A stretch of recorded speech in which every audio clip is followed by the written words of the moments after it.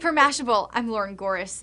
Google logs more than 2.7 billion searches every month. Is there any room for improving the multi-billion-dollar search giant? 17-year-old Nicholas Schiefer says yes, and he's got the proof. Nicholas recently won the Intel Foundation Young Scientist Award in computer science for a breakthrough search algorithm. He explained to the Wall Street Journal his algorithm allows for microsearches, which use social network relationships to expand the amount of information retrieved after a search.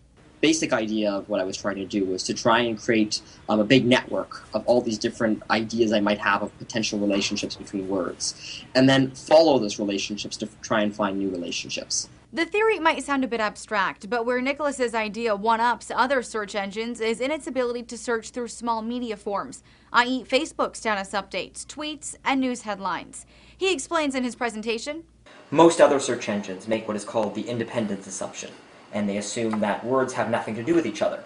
And while that simplifies the math a good bit, and the computation, it's a pretty terrible assumption. And it especially breaks down when you can't stuff your document full of synonyms like you can in a web page, when you're limited to, say, 140 characters in a tweet.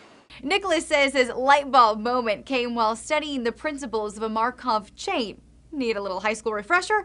In Nicholas's own words, the Markov chain is a random process moving from one state to another state dependent only on where you are now, not where you were in the past. So, in other words, while defining your search, his algorithm only moves in one direction when building relationships forward. So, looking ahead to the future, we think this 17-year-old certainly has a bright one. For Mashable, I'm Lauren Goris.